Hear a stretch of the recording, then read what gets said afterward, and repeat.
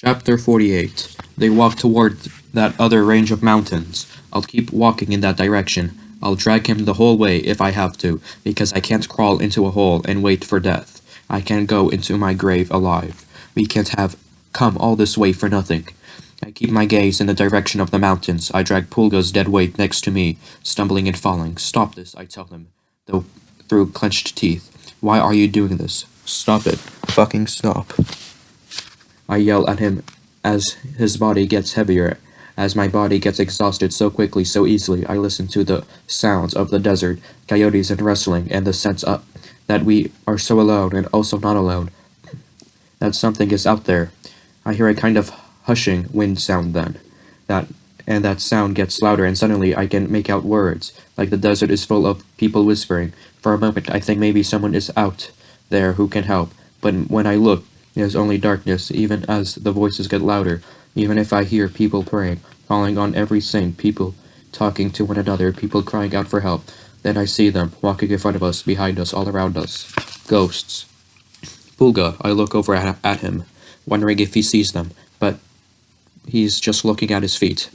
They don't see us, they don't notice us. They walk, slow and slouching, and I watch as they fall. I hear the squawks of vultures, and when I look up, I see birds like glowing white shadows, circling the sky. I hear as they cry and plunge down to the bodies that have fallen. I watch as they peck and eat the ghostly flesh. I smell death and rotting, and then the figures flicker back to life. Bodies get up, begin again. They have no rest. That's going to be us. If we die out here, this is where we will always be. Please, I tell Pulga, please walk. And he does. For a while he does. Until he doesn't, and I have to pull him along. Little by little, we cover some ground, as the ghosts die and revive around us, as the desert reminds me over and over again of all the death out here. We walk and we stumble and we fall, and I get so tired, so very tired of it all. When I open my eyes, the sun is staring down at me, like the eye of an angry god. I look and see Pulga just behind me, and I realize we passed out some time during the night.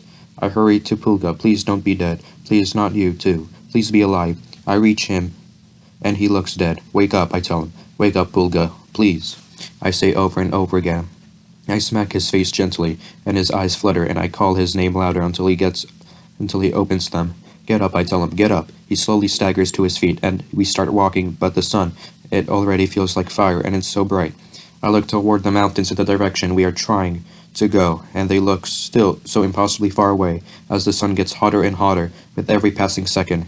Images of me cooked to death, of my skin smoking and toasting like animal meat, fill my head as we walk. With each passing second, our bodies feel like they are shriveling up, like the sun is sucking every bit of water out of us. My lips are spit and dry, and sharp every time I run my tongue against them. If I were sweating, I would wipe my sweat. I would lick the wet saltiness from my hands and drink it. But we don't even sweat anymore. The sun ranges, heating up our insides, our organs and muscles and blood. I'm so thirsty. A strange image of piercing my skin and drinking my own blood runs through my head, and I know the sun is getting to my brain. Bright white flashes in my mind and makes my head throb with more pain. Thoughts flit in and out quicker than I can catch them, and I keep walking. I feel like I am in slow motion. Sometimes I think I'm just walking in place.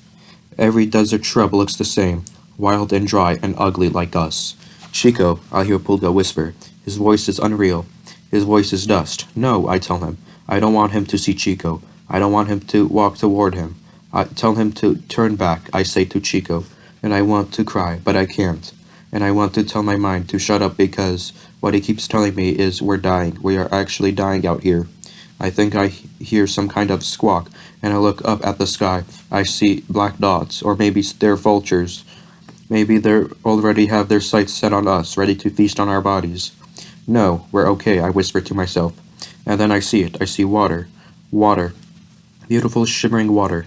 Water, I say, Pulga, raising my hand to show him, even though he can't see. Look, look, there it is. Water to jump into, to shock our body awake. Whole body awake. Hey, someone shouts from far away, from where the water sparkles in the distance. Hey, come here. And I look, and it is me. all the way over there, on a bloodied mattress, using it as a raft in all the water. It is me with the long black hair I used to have, that I used to love, that mommy used to comb it into two long braids. When I was little, it was me, waving her arms as she stands on the mattress, looking at me and Pulga. None of this is real, I tell myself. You're hallucinating. I feel the way my nose tingles, and the way my breathing quickens, and the warmth behind my eyes preparing for tears, but the tears don't come. But the tears don't come. It is only the feeling of crying. It is the way you cry when you have no more tears. I blink over and over and as I see myself, and then Pulga is on the mattress too, and Chico, and we're all smiling and jumping and waving. I'm watching a movie of all three of us as we once were. We are not real, we were ever like that. But I don't care, I love us, I laugh and I wave back. I see the white of Chico's teeth as he smiles, and the orange glow of his cheeks as he throws an arm around Pulga, and Pulga laughing, clapping his hands together, as if he is proud we made it this far. And there I am, in a white dress, so clean and pretty and glowing, standing next to them, and looking at them like there are two halves of my heart. Look at how we glow with life. Pulga moans, but I don't want to make my eyes off the three of us. Look, I tell him, look at us. I walk faster, slipping Pulga's weight off me. I walk toward that water. Pulga, I shout, but then I look back. I see he has fallen to his knees. I stumble to him. Come on, I tell him, don't die. But he doesn't hear me. I don't hear me. My voice is less than a whisper. It doesn't exist. I lift his body again, pull him along beside me. Come on, please, please. I hold him, and I beg God, please. I look over at the three of us on the mattress, at the way we've stopped laughing, at the way we are staring at me and Pulga here in the desert. But then, over there, Chico begins to convulse, and blood comes out of his mouth as he falls. Pulga falls to his knees, and I stare down at my dress, watching as it goes from white to blood red. We're dying, my mind tells me, we're dying. The image fades. We're okay, I tell Pulga, to keep him here, in this world, but my words are barely a whisper.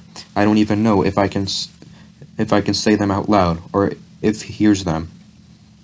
Up ahead, I see dirt being lifted up toward the sky, and then a white truck barreling towards us, and I don't know whether it is real or not, even as I get closer, so close, so impossibly fast until it is breaking just inches in front of us, a cloud of dust surrounding us, the slam of a car door, a man in green coming toward us, Border Patrol. We're on the other side, we made it. My body pulses with renewed energy at the realization. I start crying as I try to tell Pulga we did it, we made it to the other side, but the agent shouts at us before I can say anything. Pequena, he says in Spanish, even though he looks like a gringo. He pushes us toward the truck. Pulga sways back and forth as the man pats him down. Then he pushes me against the truck, pats my shoulders, my torso, and my breasts. Where he stops, where his hands linger, and I know he knows. Oh, okay, he says, laughing as he squeezes my breasts. I jump back and he pushes me harder against the car, presses his weight against me as he says something in English that I don't understand. The car's surface is burning hot, but my blood it goes cold, even when he's done. I can still feel his hands on me, his mouth next to my ear, as he felt my breasts. He's saying more things in English I don't understand, and a few words in Spanish. No mueven, he says, telling us not to move, to stay put as he walks around to the back of the truck. When he walks past, he stares at me. His face is red and leathery. His eyes are cold and judgmental, and he looks at me like he can do anything he wants to me, to my body, and he can. I hear a loud thud as Pulga falls suddenly, as his arms and head bang on the metal of the car on the way down, and then I hear the Border Patrol agent yelling something as he comes to see what happened, a water jug in his hand that he begins pouring right on Pulga, and that's when something in me tells me to run.